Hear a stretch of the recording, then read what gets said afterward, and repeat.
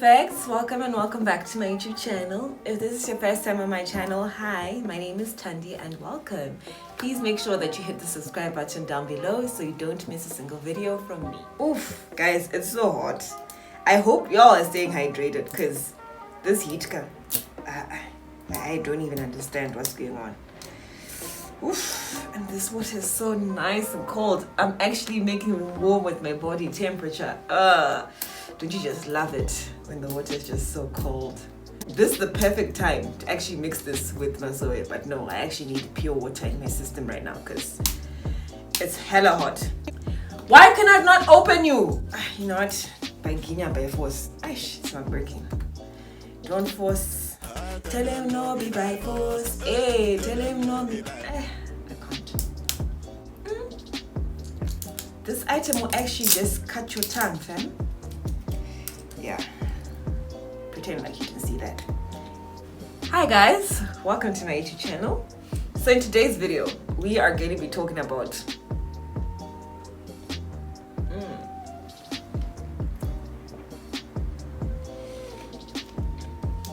If you know me, you know that water is one of my absolute favorite things to ingest. Like, I love water so much. I can drink gallons and gallons every day. I mean, it's a stress because you have to go to the toilet a lot of times, but hey.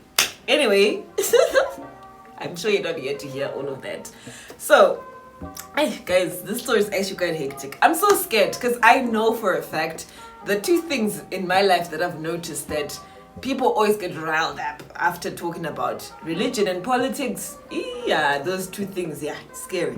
But anyway, I'm going to tell you my one occasion where I was like, yo, this is actually a bit hectic.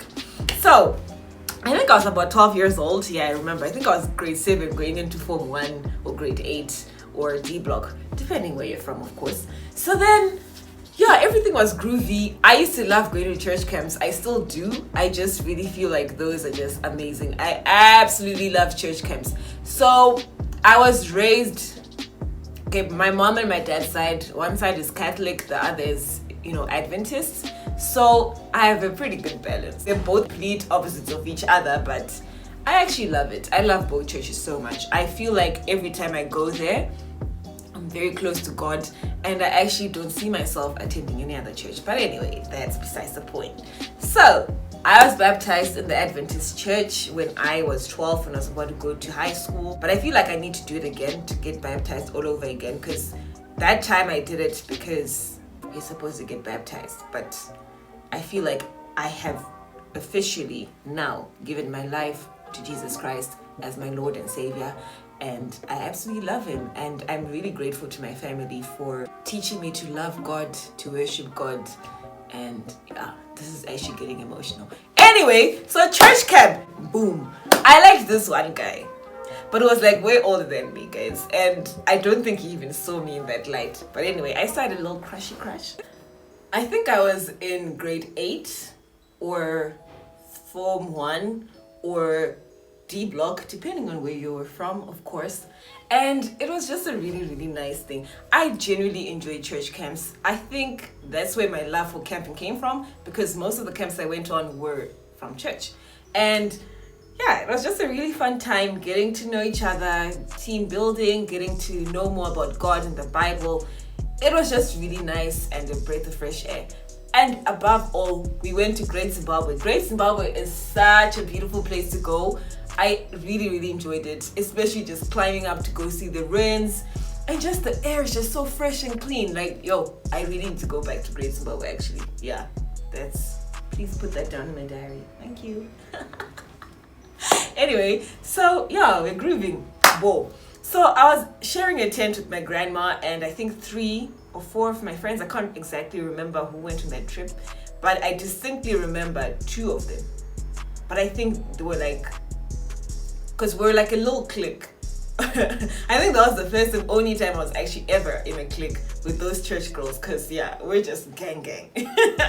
I love my girls. I still, keep in touch with them up until today. One of us is actually married. She's got a son. He's so adorable. I love my girls. But anyway, that's besides the point. Let's go back to our camping story.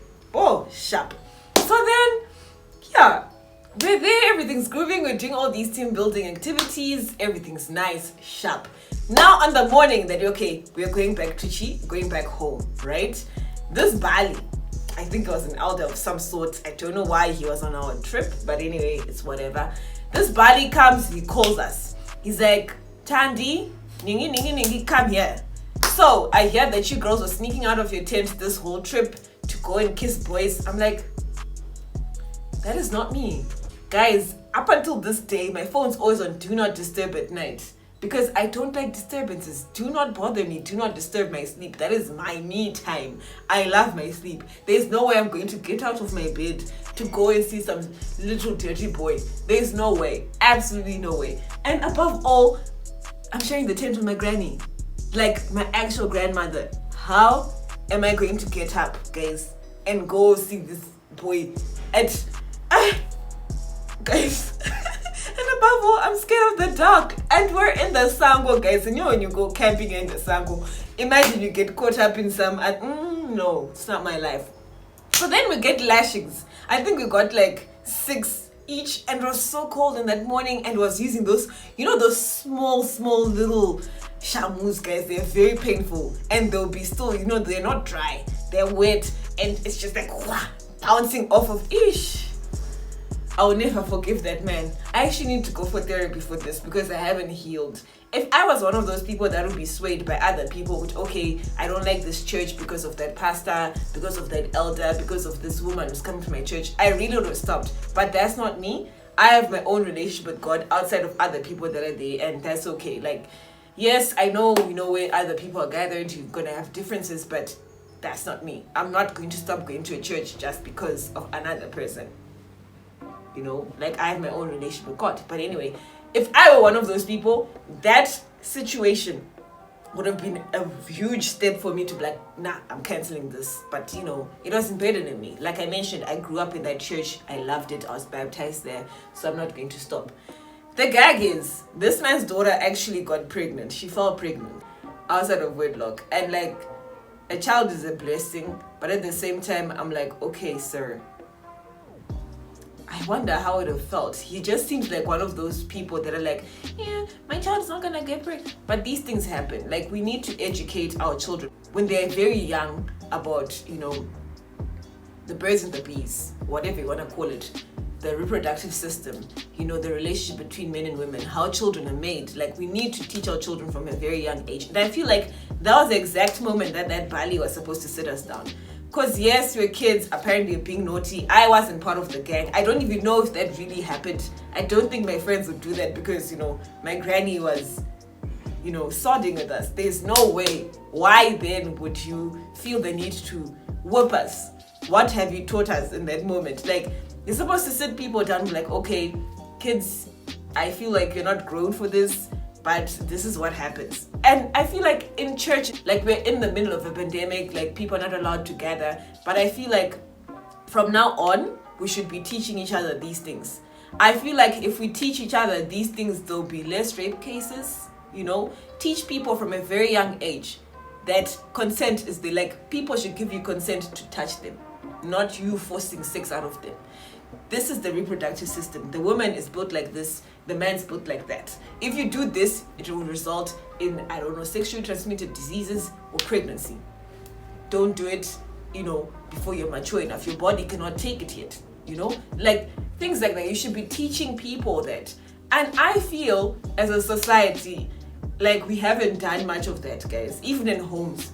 In our African homes here, like, I'm not going to speak for everybody, but I know it's taboo for, you know, parents to be teaching their children about that. But this is the reality. These things are happening. So, yeah, again, I love to use humor and my own personal experiences to bring out a message because I feel that is my talent. So, from now on, we should be teaching each other, even when you're going out with your friends, going drinking, guys, you should be talking amongst yourselves.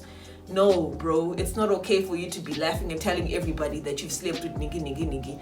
Don't kiss and tell. Do not force yourself on someone's daughter. It's not okay. As well as us girls, do not force yourself on Mandem. If he says no, he doesn't want, back off. Don't force sex out of people. And teach kids from a very young age about these things. Like, I don't see But I can't believe that Bali weaved me, guys.